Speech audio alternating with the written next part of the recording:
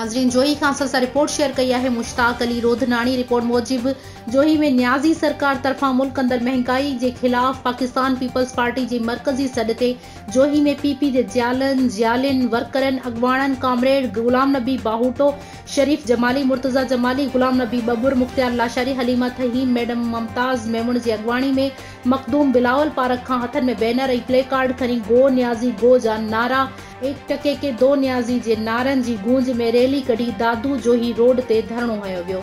इन मौके ते अगवाणन मीडिया से ॻाल्हाईंदे चयो त न्याज़ी सरकार मुल्क अंदर महंगाई जो तूफान बर्पा करे गरीब अवाम जो जीवन जंजाल करे छॾियो आहे, जे सबब आम माण्हू 2 वेलन जे पेट गुज़र करण जे लाइ परेशान आहे।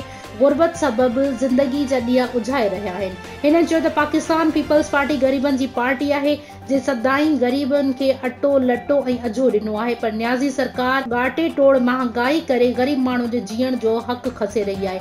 हिननि चयो त चोर दरवाजे खां ईंदड़ न्याज़ी सरकार जा ॾींहं ॻणिजी चुका आहिनि। इंशाअल्लाह बिलावल भुट्टो मुल्क जो वज़ीर आज़म थींदो ऐं मुल्क समेत अवाम की क़िस्मत बदलजण वारी आहे।